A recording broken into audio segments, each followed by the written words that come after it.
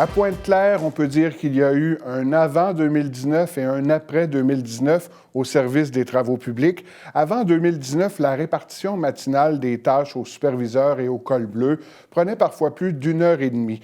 Feuilles manuscrites, tableaux, agenda, on procédait aux assignations et à la répartition de vive voix dans une salle bondée et souvent bruyante. Je suis en compagnie d'Éric Rolland, qui est directeur des travaux publics à la ville de Pointe-Claire. Éric, d'où est venue l'idée de vouloir mettre un peu d'ordre dans ce processus et de gagner du temps?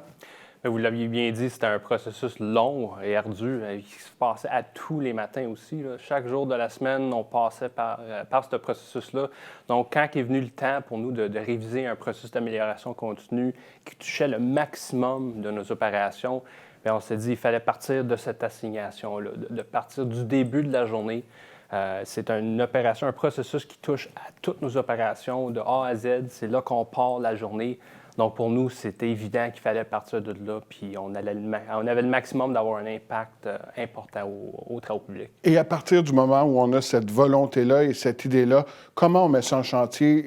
Les employés et les directeurs ont été impliqués dans ce processus-là? Oui, tous les employés, les 120 employés de la ville, du service ont été impliqués dans le processus. C'était un gros processus d'amélioration continue. C'était pas le premier processus auquel on a attaqué. On avait fait plusieurs par petits morceaux, puis c'était d'une certaine manière de la préparation pour ce grand projet-là. Donc, on avait préparé lentement en faisant des petits projets, puis là, est venu le temps de s'attaquer à ce gros projet-là. On savait qu'on avait déjà le buy-in des employés. Ils connaissaient déjà ces types de processus-là. Ils savaient que l'effort faisait en sorte qu'il y avait un gros gain en bout de ligne. Donc, c'est de là qu'on est parti. On parle de gains essentiellement de productivité parce que l'expérience démontrait qu'il y avait quand même beaucoup d'heures qui se perdaient avec ce processus d'assignation. Comment on a mis ça en chantier? Quels sont les aspects innovateurs de ce projet-là? Bien, c'est certain que pour nous, l'aspect innovateur, c'est le logiciel qu'on a créé. Parce que quand on a commencé le processus, la première chose qu'on a faite, c'est qu'on a été sur le marché voir, il existe quelque chose, il existe un outil qui va nous permettre de faire une assignation moderne, disons. Donc, il n'y avait rien. Ça n'existait pas. Donc, ce que nous, on avait besoin, c'est d'aller chercher des bases de données puis les faire communiquer, les rendre à une place pour qu'on puisse voir en temps réel toutes nos disponibilités de matériaux, d'équipements, de personnel, pour qu'on puisse effectuer la planification sans passer la journée à aller chercher des informations tout partout. Fait que pour nous, l'élément innovateur, c'était la création de ce logiciel maison-là qu'on a fait à l'interne en utilisant des logiciels qu'on avait déjà, en allant chercher l'appui d'un étudiant à l'externe, donc à très faible coût, sans coût à long terme. Et quand on part de zéro pour mettre sur pied ou mettre en place un processus et un logiciel comme celui-là, on tient compte des besoins qui sont exprimés justement par les employés et par les chefs de service? Absolument. C'est l'essentiel d'un projet de ce type-là. Il faut impliquer tout le monde. Si on n'implique pas tout le monde, c'est garanti qu'on n'aura pas un succès. Fait que c'est ça qu'on a été faire dès le début. C'est on a impliqué le maximum de personnes possible pour justement avoir les meilleures idées possibles. Puis ensuite, s'assurer aussi que tout le monde est impliqué puis les préoccupations de tout le monde étaient prises en considération.